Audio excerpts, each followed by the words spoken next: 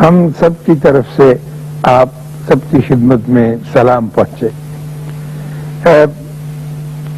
اس محفل میں کوئی بات طے نہیں ہوتی یا میں سوچ کے نہیں آتا کہ کیا بات آج کریں گے، بیچ میں گفتگو کے دوران ہی کچھ نہ کچھ نکل آتا ہے اور وہ آپ تک پہنچ جاتا ہے۔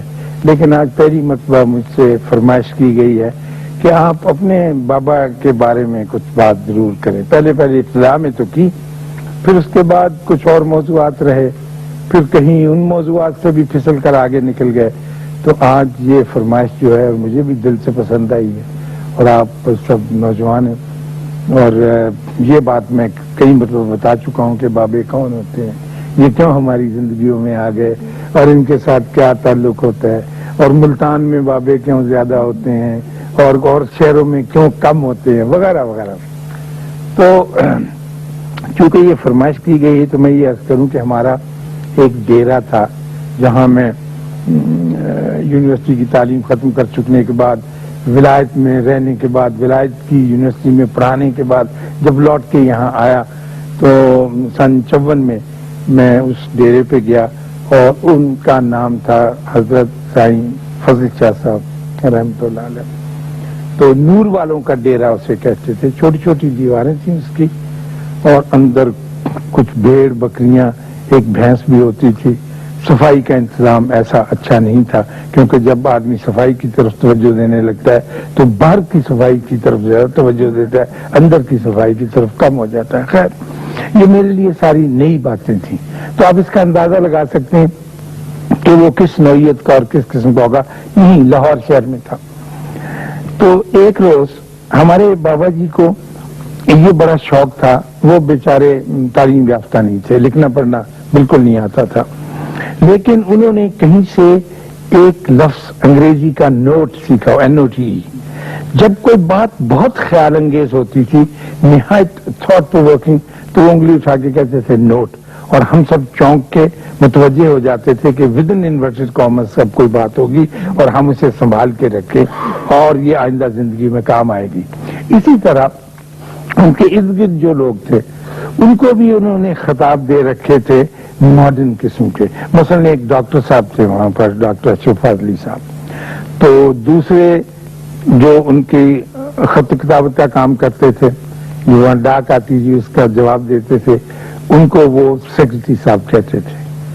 تو جو حساب کتاب پیسے ویسے لوگ دے جاتے تھے کھانے دانے کا، تو ان کو وہ فائنانس سیکرٹری کہتے تھے۔ تو یہ لوگ بھی بڑے خوش ہوتے تھے کہ بیٹھے بٹھائے اتنے بڑے رتبے مل گئے۔ تو ایک روز ہم نے یہ فیصلہ کیا کہ یہاں بہت اچھی باتیں ہوتی ہیں اور بہت توجہ طلب باتیں ہوتی ہیں، تو کیوں نہ یہاں سے ایک رسالہ نکالا جائے اور وہ چھاپا جائے اور چھاپ کے لوگوں میں تقسیم کیا جائے۔ بڑی اچھی بات تھی، ایسے ہی ہوتا ہے۔ تو ہم نے بیٹھ کے وہ رسالے کا پورا ایک ڈمی تیار کی، اس کا فارمیٹ سوچا، ڈاکٹر اشرف فاضلی صاحب اس کے ایڈیٹر قرار دیے، سیکرٹری صاحب جو تھے ظاہر ہے وہ تو اس کے ایڈمن آفیسر منصر میں اعلیٰ وہی تھے، میں نے کہا تھا میں بھی کچھ لکھوں گا، یہ سارا تیار کیا۔ تو ہم یہ ساری اسکیم بنا کر ان کی خدمت میں لے گئے۔ ہم نے کہا جی کہ ہم ایک رسالہ نکالنا چاہتے ہیں۔ تو انہوں نے کہا کہ پہلے بھی ایک نکلا تھا یہاں پر، تھوڑی دیر کے نکلا وہ بند ہو گیا تھا۔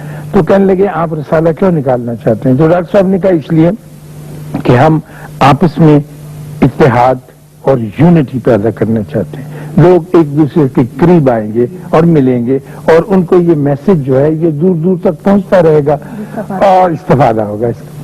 تو آپ نے کہا کہ آپ اور ہماری بڑی آرزو ہے کہ مسلمان ایک ہوں، ان میں یونٹی ہو، ان میں اتحاد ہو، ان میں یکجہتی ہو۔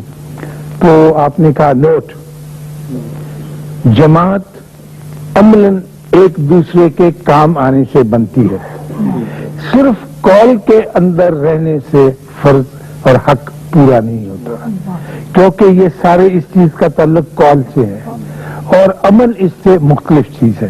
اگر آپ جماعت بنانی چاہتے ہیں، اور آپ بھی اکثر سوچا کرتے ہیں اور گھر میں بات بھی ہوتی ہے، تو قول سے گفتگو سے کبھی نہیں ہوگی۔ دیکھیے ہمارا اللہ ایک ہے، ہمارا رسول ایک ہے، ہماری نماز پڑھنے کا طریق ایک ہے، ہمارے قیامت کے اوپر اعتماد ایک جیسا ہے، لیکن اس کے باوجود یکجہتی نہیں ہوتی.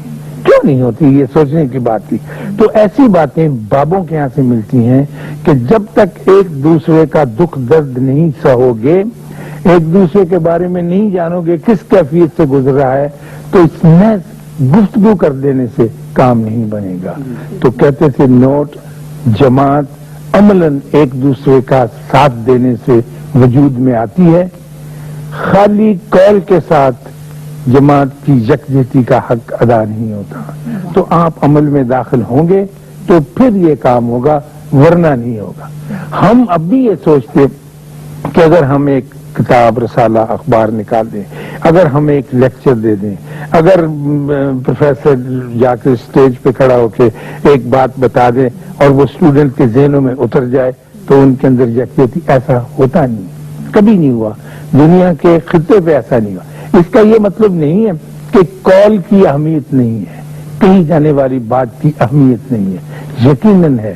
لیکن بابا جی فرماتے ہیں کہ نوٹ، قول ایک سواری ہے جو آپ کو عمل کے کنارے پر لے جاتی ہے. خرابی یہ ہوتی ہے کہ ہم قول کی سواری کو اختیار کرتے ہیں، اس کشتی میں بیٹھتے ہیں، چپو چلاتے ہیں، عمل کے کنارے پر پہنچتے ہیں، لیکن اس کشتی کو چھوڑتے نہیں، اسی کے اندر رہتے ہیں. وہ وہیں چکر کاٹتی رہتی ہے، عمل کا کنارہ سامنے رہتا ہے اور ہم اس کی طرف جان جائیں. اور ہم کوشش یہ کرتے ہیں، پڑھے لکھے لوگ، آپ نوجوان ہیں میرے ساتھ ہیں، ہم کوشش یہ کرتے ہیں کہ صرف کمیونیکیشن سے، صرف ڈائلاگ سے، صرف گفتگو سے بات بن جائے گی. کبھی نہیں بنتی، بن سکتی نہیں، کیونکہ انسان کا وجود، اس کی سائیکی، اس کا ہونا اس بات کا متقاضی ہوتا ہے کہ کوئی بندہ میری بات سنے اور میرے دکھ درد میں شریک ہو. یہ جو آپ نے اکثر دیکھا ہوگا آج کل کہ خودکشیاں ہو رہی ہیں، لوگ خود سوزیاں کر رہے ہیں، تو عام طور پہ ایک اچھا جرنلسٹ یہی کہتا ہے کہ چونکہ ملازمتیں نہیں مل رہی، بھوک ننگ بہت ہے، اس وجہ سے یہ سارا کام ہو رہا ہے. میں کہتا ہوں یہ بات نہیں ہے. میں نہیں کے نیچے بالکل خط کشیدہ نہیں ہے، ہرگز نہیں ہے. اس وقت آپ کے پاکستان کا نوجوان، خاص طور پہ ایک عام آدمی، اس کندھے کی تلاش میں ہے جس پر وہ اپنا سر رکھ کر اپنا دکھ بیان کر سکے، اور کوئی کندھا دینے کے لیے تیار نہیں، کسی کے پاس یہ وقت ہی نہیں. اگلے زمانے میں، ہمارے وقتوں میں یا ہمارے باپ دادا کے زمانے میں دکھ سکھ کرنے کے لیے لوگ ایک دوسرے سے ملتے تھے. ان کے پاس اکنامکس کے اتنے مسائل اور اتنی پرابلمز نہیں ہوتی تھی. ولایت والوں نے یہ طریقہ نکالا کہ وہ دکھ سننے کے لیے فیس لیتے ہیں. یہ سائیکاٹرسٹ جو ہوتے ہیں، سائیکو تھراپسٹ جو ہوتے ہیں، یہ آپ سے $300 فی گھنٹہ لیتے ہیں اور وہ کہتے ہیں کہ پرسوں پھر آ جانا، تم اپنے دکھ بیان کرو، مجھے پیسے دے دو. ہمارے یہاں بھی اب ایسے ادارے قائم ہو گئے ہیں. اگر آپ لاہور کی نہر کے کنارے جائیں تو 2-3 بورڈ آپ کو نظر آئیں گے ماہر نفسیات کے، جو یہ کہتے ہیں کہ اگر آپ نے اپنا دکھ بیان کرنا ہے تو $200 گھنٹہ مجھے دے دیں، دکھ اپنا بیان کر کے چلے جائیں. تو وہ بھی ایک تھراپی ہے. لیکن یہ پہلے زمانے میں ہمارے یہاں مفت اور عام ہوتی تھی. اب لوگ اتنے مصروف ہو گئے یا کسی وجہ سے اس میں پھنس گئے تو نہیں ہو سکے. تو جب تک عمل کے اندر آدمی داخل نہیں ہوگا، دوسرے آدمی کو یقین نہیں آئے گا کہ یہ میرا کچھ لگتا ہے، میرا کچھ بھائی بند ہے. اگر آپ اس کو صرف تقریر کر کے چلے جائیں گے تو اس کی انفارمیشن میں اضافہ ہو جائے گا، اور خطرہ یہ ہے کہ وہ ساری انفارمیشن سمیٹ کے ایک اگلے آدمی سے وہ بات کرنے لگ جائے گا. آپ نے اکثر دیکھا ہوگا، کبھی آپ نے ہمارے ٹیلی ویژن کے پروگرام دیکھے، بچوں کے جو بڑے کھٹاکھٹ فٹافٹ دینی باتیں، سوالوں کے جواب بڑی تیزی سے دیے جاتے ہیں. وہ انفارمیشن ہوتی ہے، اس کا ذات کے ساتھ یا اپنے وجود کے ساتھ یا اپنے سائیکی کے ساتھ کوئی تعلق نہیں ہوتا. تو آپ نے ہمیں منع کیا کہ آپ دیکھیے ایسے نہ کریں، رسالہ نہ چلائیں، تو چھوڑیں اس کام کو. کسی کے کام آ سکتے ہیں تو چھوٹا سا وہ کام کرنا.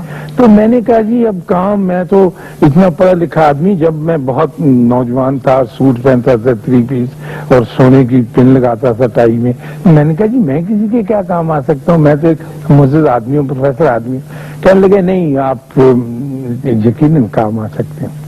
تو میں نے کہا جی کیا؟ کہنے لگے یہاں اما جیو رہتی ہے، وہ کسابوں کی کچھ دکانیں تھیں تو وہاں پر وہ مائی تھی، دائی کا کام کرتی تھی، تو اس کی بیٹی کی شادی ہے۔ تو کہنے لگے کہ اس کی بیٹی کی شادی ہے اور اس کا جو منگیتر ہے، اماں نے جو لڑکا چنا ہے وہ سگنیلر ہے۔ اب بتائیں بابا جی لفظ کہاں سے؟ سگنیلر وہ ہوتا ہے جو موسکی کے اوپر گرگٹ گرگٹ تار بابو، اور کہنے لگے کہ وہ سگنیلر ہے محکمہ ڈاک بنگلے میں، ڈاک بنگلہ نہر کا بنگلہ۔ انگریز کے زمانے میں خواتین و حضرات یہاں ریل تار ڈاک کا انتظام بہت غضب کا تھا۔ جب یہ نہریں کھدی ہیں تو انہوں نے بڑے اعلیٰ درجے کے ان کے کنارے بنگلے بنوائے، ہیوج ٹریز والے بنگلے، ان میں فلمیں بھی بڑی شوٹ ہوتی نہیں، اعلیٰ درجے کی اس کے اندر بلڈنگیں ہوتی تھی۔ اب وہاں پر ایک آفس بھی ہوتا تھا جہاں پر سگنیلر کنیکٹر تھا دوسرے کنارے نہر کے، کہ اگر خدا نخواستہ نہر میں کوئی خرابی ہو، پانی روک نہ دے تو وہ خطا کٹ دیتے۔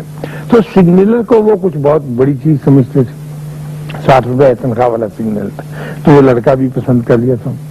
تو مجھے کہنے لگے کہ تمہارے پاس ایک چھوٹی سی گاڑی ہے، وہ سگنیلر کا ابا بوڑھا جھکی جو ہے وہ آ رہا ہے تحقیق و تفتیش کرنے کے لیے کہ لڑکی کتنا کام کرتی ہے، دن کو 4 پائیاں اٹھا کر دیوار کے ساتھ رکھتی ہے کہ نہیں، پھر شام کو بسترے بچھاتی، گھڑا پانی کا بھر کے لاتی ہے کہ نہیں۔ تو وہ یہاں رہے گا کچھ دن، تو وہ جو روٹی کھاتا ہے وہ گندم اور مکئی کا آٹا ملا کے کھاتا ہے۔ اب نخرہ دیکھیے اس کا۔ تو تمہاری ڈیوٹی یہ ہے کہ تم 10 سیر پکا مکئی کا آٹا اپنی موٹر میں رکھ کر اماں جیو کے پاس پہنچاؤ۔ میں نے کہا جی مجھے کوئی اچھا سا کام دیں لکھنے کا، یہ کیا؟ تو چنے مجھے کہہ لگے وہ اس لیے دینا ہے کہ ہم نے اس بابے کی عزت افزائی کرنی ہے اور ہماری بیٹی کی شادی ہے، اور جب تک ہم اس کو سلام نہیں کریں گے وہ جھکی آدمی تھے۔ تو میں نے کہا اچھا جی میں گیا، تو میں گیا، میں اس سے ملا بھی بابے سے، ان کا کہ خبردار اس کی بہت عزت کرنی ہے اور اس کو سلام کرنا ہے۔ میں نے کہا جی میں 2 مرتبہ کرنے کو تیار، لے آئے۔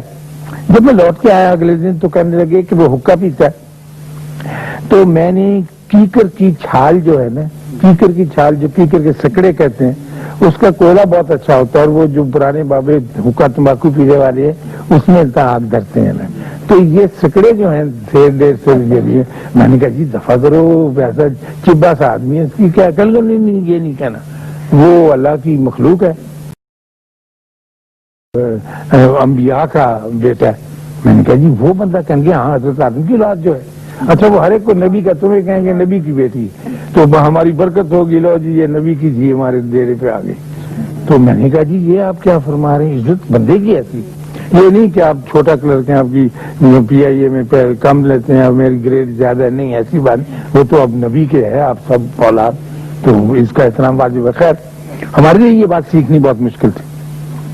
تو جب انہوں نے یہ کام ڈیوٹی لگائی اور ہم بہت روئے پیٹے کہ رسالہ چلنے سے رہ گیا، تو اب پھر میرے اوپر ایک کیفیت وارد ہوئی۔ امریکہ سے کوئی صاحب آئے، انہوں نے مجھے ٹیلی فون کیا کہ اشفاق صاحب میں پتہ نہیں کتنے $ملین 21 برس امریکہ میں رہنے کے بعد کما کر لایا ہوں، اور انہوں نے اسلام آباد میں کچھ کام شروع کیا اسلام کی یکجہتی اور ملک کی خدمت کرنے کے لیے، تو آپ آئیں۔ میں نے کہا نہیں آپ جو بھی کریں گے ٹھیک ہوگا، میں آپ کی خدمت میں حاضر ہو کے کیا کروں گا، میں آپ کو کوئی اچھا سجھاؤ نہیں دے سکتا۔ کہنے لگے نہیں آپ ضرور۔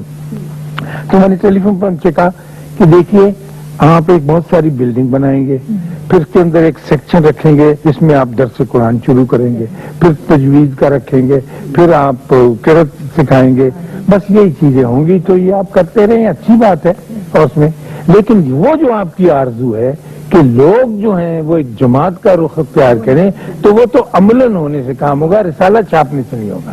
اب بھی جو دینی جماعتیں ہیں وہ بار بار یہی کہتی ہیں، آپ نے دیکھا ہوگا بے شمار رسالے آپ کے پاس بھی آتے ہوں گے، کتابیں آتی ہیں کہ شاید اسے بڑی اچھی بات ہے، وہ کشتی ضرور ہے، وہ ساحل تک ضرور لے جاتی عمل کے، لیکن ساحل پہ خود اترنا پڑے۔ تو اب ہمارے لیے یہ بات بڑی مشکل ہوگی کہ یہ کیسے کریں کہ ہم اس کو چھوڑ کر عمل کی طرف رکھ۔ وہ کہتے ہیں کہ اگر یونٹی چاہتے ہیں آپ اور آپ اتحاد چاہتے ہیں تو پھر آپ کو عمل کے اندر داخل ہونا پڑے گا، ایسے کام نہیں بنے گا۔ ایک مرتبہ میں ہم جا رہے تھے، بڑی دیر کی بات ہے، یہ جوہر آباد، تو لاری جا رہی تھی، جوہر آباد بس چکا تھا، تو میرے ساتھ لاری میں ایک اور اچھے معزز آدمی کو پرانی وضع کے ریٹائرڈ تھے، تو گرمی بہت تھی، انہوں نے پگڑی رکھی ہوئی تھی اپنی گود میں، ہوا آ رہی تھی چلے، تو ایک کوئی خاص علاقہ آیا تو انہوں نے پگڑی اٹھا کر سر پہ رکھ لی اور ادب سے بیٹھ گئے. تو میں متجسس آدمی کیوریس، میں نے کہا جی یہاں کسی بزرگ کا مزار ہے؟ کہنے لگے نہیں. میں نے کہا جی کوئی درگاہ ہے کوئی یہاں؟ کہنے لگے نہیں. میں نے کہا معاف کیجیے گا، میں نے یہ دیکھا ہے کہ آپ نے گود سے اٹھا کر پگڑی جو ہے سر پہ رکھ لی ہے تو بعد میں ہو کے بیٹھ گئے، تو اس کی کوئی وجہ ہوگی؟ کیونکہ بات یہ ہے کہ میں اس علاقے کا واقف ہوں، یہاں ڈیزرٹ تھا اور ریت تھی اور کچھ بھی نہیں تھا. تو جب یہ زمینیں حکومت نے سوچا کہ اس میں مزرعہ کو کھیتی اگائی جائے مہربانی، تو لوگ آتے نہیں تھے. تو ایک آدمی آیا، اس نے آ کر جھونپڑا بنایا اور جھونپڑا بنا کر یہاں پانی کی تلاش میں اپنی وہ ٹیوب ویل وغیرہ سنک کرنے کی کوشش کی. یہاں اس نے ایک جگہ لے کے مربع زمین، وہ پہلا آدمی تھا جس نے یہاں سبزہ اگایا، جس نے عملی صورت میں اس زمین کو ہریالی بخشی. تو میں جب بھی یہاں سے پتہ نہیں وہ آدمی کہاں ہے، تو میں اس کے احترام میں یہ پگڑی اٹھا کے رکھ لی. دیکھیے یہ ایسی چیزیں ہیں جو ہماری زندگی کو پر عجیب طرح سے اثر انداز ہے. اور اگر آپ اپنی بالکل آنکھیں کھلی رکھیں، ماشاءاللہ آپ کھلی رکھتے ہیں ارکان بھی، تو آپ کو ارد گرد اتنی کہانیاں ملیں گی جس کے اوپر آپ نے اس سے پہلے توجہ نہیں دی ہوگی. ہمارے استاد تھے پروفیسر صوفی غلام مسعود تبسم صاحب، تو ہم سیانے تھے، میں 5th میں پڑھتا تھا. تو ان کی ایک عادت تھی کہ جب کسی کی شادی ہوتی تھی نا لڑکی گھر والوں کی، تو ان کے گھر جا کے بارات کا کھانا کھلانے کا بندوبست ان کے سر پہ ہوتا تھا. تو صوفی صاحب ہم کو، اور ایم اے کی کلاس کے 6 بندے تھے ہم، کہ چلو بھائی فلاں گھر کو کھانا برسانا ہے، دینا ہے، تو بارات آ گئی ہے. تو مجھے یاد ہے ہم بھاٹی دروازے بلیاں والی سرکار کے پیچھے گھر تھا، تو وہاں چلے گئے. ان کا لو جی صوفی صاحب آ گئے، فکر کی کوئی بات نہیں. تو نائی دیگیں لے آئے. اب جو بارات تھی وہ ان کا خیال تھا کہ 80 کے قریب بندے آئے، وہ 160 کے قریب آ گئے. اب صوفی صاحب کی آنکھیں اگر آپ میں سے جتنے یاد ہیں بہت ماشاءاللہ موٹی تھی، گھبرا گئے اور ان کے ماتھے پہ پسینہ اور ناک پہ بھی آ جاتا. کہنے لگے شفاق ان کی کریے. میں کہا جی پتہ نہیں، اس میں آپ دیگوں میں پانی ڈال دیتے ہیں. تو پہلا موقع تھا، میں 5th ایئر کا اسٹوڈنٹ تھا، انہوں نے ایک تھپڑ مارا مجھے زور سے. کہیں گے بیوقوف آدمی، اس میں پانی اور ڈال کے مرنا ہے، وہ تو فٹ ختم ہو جائے گا. اس میں گھی کا پیپا ایک اور ڈالنا ہے، وہ گاڑھا ہو جائے گا نا تو کھائے کچھ بدن کیا ہوتا ہے. اب ہم اندر سرو کر رہے تھے اور آواز ہم دیتے، صوفی صاحب بیچ میں سے نکال کے ڈالتے جاتے تھے. ہم کہتے تھے اور چاول جی، اور شورا جی، وہ کہتے تھے گرم لاؤ جی، ہم تو بھاگے پڑتے تھے. اب آخر کی کیفیت یہ آ گئی کہ دیگیں ختم ہو گئی اور ان کا چہرہ دیکھنے والا تھا، وہ کانپ رہے تھے کہ اگر کسی نے اندر سے پھر کہہ دیا کہ اور کاپ بھیجیں تو ان کے پاس دینے کے لیے صرف ایک رہ گئی تھی، لیکن وہ ڈرے ہوئے تھے. جب وہ خوفزدہ تھے تو اندر سے آواز آئی باس. جب پھر دوسرے بندے نے کہا جی باس جی صوفی صاحب، تو صوفی صاحب خدا کا جو ہاتھ میں جو پکڑا ہوتا تھا نا کچا تھا، وہ گرا اور اتنی شدت سے وہ پیچھے گرے کہ وہ ایک بڑا سا کڑا ہو پڑا تھا ان پہ. شکر سر نہیں لگا. تو ہم نے اٹھا کے ان کو بستر پہ رکھا، ٹانگیں مٹھیاں دبائیں، پاؤں دبائے، تب تک مالش کی، اٹھ کے بیٹھ گئے. میں نے کہا جی خدا کے واسطے ایسی ٹینشن کا کام آئندہ نہیں کرنا. کہیں گے نہیں بالکل میری بھی توبہ. تو یہ وہاں سے ہم چل پڑے، پیچھے پیچھے ہم شاگرد، آگے آگے صوفی صاحب. کوئی 15-20 گز سے زیادہ تھا گئے ہوں گے کہ ایک مائی باہر نکلی. کہنگیلا غلام مصطفیٰ محدود لفظی فردیسن کے ان کا تاریخ رکھ دیتی ہے 13 پادوں کی کافی. تو سامان ہے زیادہ سے. تو صوفی صاحب جو توبہ کر کے کہنے کے کاغذ ہے ان کے ہاں، پینسل ہے، ہاں لکھ 13 سیر گوشت، 1 بوری چاول. صوفی صاحب لکھوا رہے ہیں. اور میں نے کہا جی یہ پھر ہوگا؟ کہہ کے نہیں یہ تو ہمیں ان کی ضرورت ہے. میں نے کہا جی صرف پڑھایا کریں آپ، تفصیل بیان کریں، کتاب شعر وغیرہ. تو یہ ان کا ایک کام تھا. یہ مجھے اتفاقاً صوفی صاحب پیارے میرے ٹیچر اور یاد آ گئے کہ کیفیت گزری. تو یہ جو عمل کی دنیا ہے اس میں داخل ہونا ضروری ہے. بابے یہ کہتے ہیں، لیکن عالم لوگ، پڑھے لکھے لوگ، پروفیسر لوگ، میرے جیسے بات کرنے والے، ایڈیٹوریل لکھنے والے، وہ کہتے ہیں کہ نہیں، گفتگو اگر ہوتی رہے، اگر اس طرح کا مواد چھپتا رہے تو لوگ ایک دوسرے کے قریب آ جائیں گے. جب میں بہت تنگ آ جاتا تھا، کبھی لاڈ میں ہوتا تھا، تو میں پوچھتا تھا ان سے کہ بابا جی یہ بتائیں کہ دین کیا ہوتا ہے، اسلام کیا ہوتا ہے، مومن کیا ہوتا ہے؟ تو میں نے اس دن پوچھا ان سے، میں نے کہا جی بابا جی یہ بتائیں کہ مسلمان کون ہوتا ہے؟ کہنے لگے مسلمان وہ ہوتا ہے جس کا دل صاف ہو اور ہاتھ گندے ہو۔ میں نے کہا جی، میں نے کہا جی پھر کہیے۔ انہوں نے کہا نوٹ، مسلمان وہ ہوتا ہے جس کا دل صاف ہو اور ہاتھ گندے ہو۔ میں نے کہا حضور یہ بات میری سمجھ میں آئی۔ کہنے لگا جو بھائیوں کے کام کرتا رہے گا اس کے ہاتھ تو گندے ہوں گے، جو آرام سے بیٹھا ہوگا دستانے پہن کے اس کا تو کچھ نہیں خراب ہونا ہے۔ تو مسلمان وہ ہوتا ہے جو اس کے گارا لگانا ہے، اس کی اینٹ اٹھا کے دینی ہے، اس کے لیے لکڑیاں لانی ہے، اس کو روتا ہے، اس کے آنسو پہنچنے، وہ ہوتا ہے اس کے ہاتھ۔ تو ہمیں تو ایسی ڈیفینیشن کسی کتاب میں نہیں ملتی ہے۔ یہ ان کے پاس بیٹھنے سے اور ان کی خدمت میں حاضر ہونے سے آپ نے جو پوچھا تھا، یہ ایسی چیزیں ملتی۔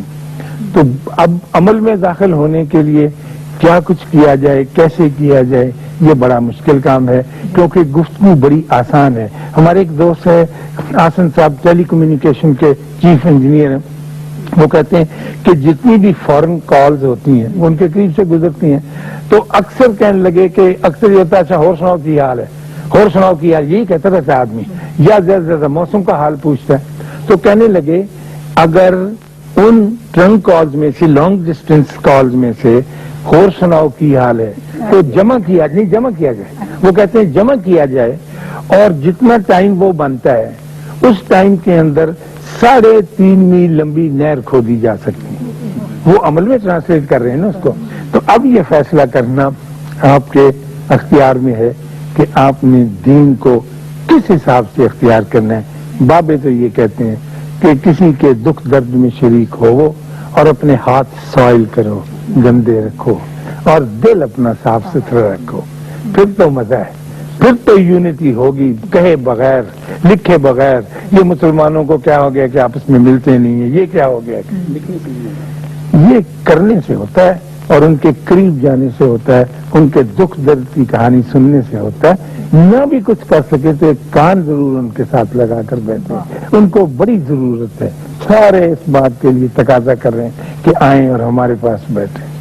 اللہ تعالیٰ آپ سب کو آسانیاں عطا فرمائے اور آسانیاں تقسیم کرنے کا شرف عطا فرمائے۔ اللہ حافظ۔